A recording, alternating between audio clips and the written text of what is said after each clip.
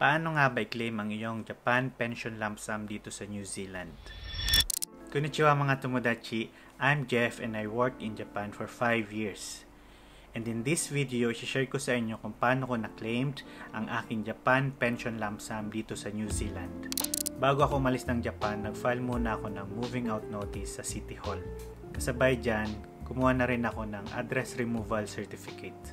Ginawa ko yan 1 week before my flight to New Zealand.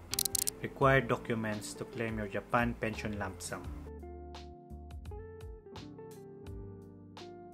Number 1. Original copy of Address Removal Certificate. Number 2. Original copy of National Pension Handbook.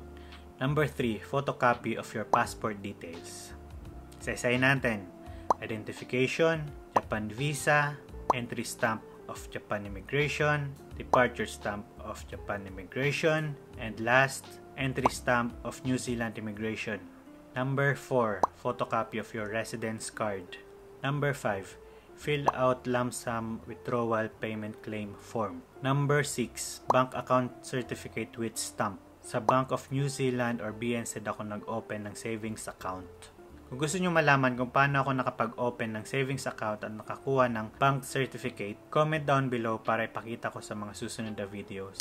After ko makompleto ang documents, pinadala ko to sa Japan Pension Service through NC Post. Ginawa ko yung may tracking number para malaman ko kung kailan nila ito na-receive. Pinadala ko ang mga documents ng September 5, 2024. Na-receive nila ito ng September 17, 2024. Dumating sa aking savings account ang pension lump sum ng January 15, 2025. At natanggap ko ang mail galing Japan Pension Service ng January 21, 2025. Sa magtatanong kung magkano ang na-claim ko, hindi ko ibibigay ang exact amount, pero hindi bababa ng 11,000 New Zealand dollars.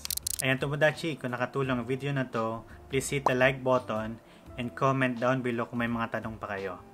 Try kong sagutin sa susunod na videos. Bye tomodachi, mata ne!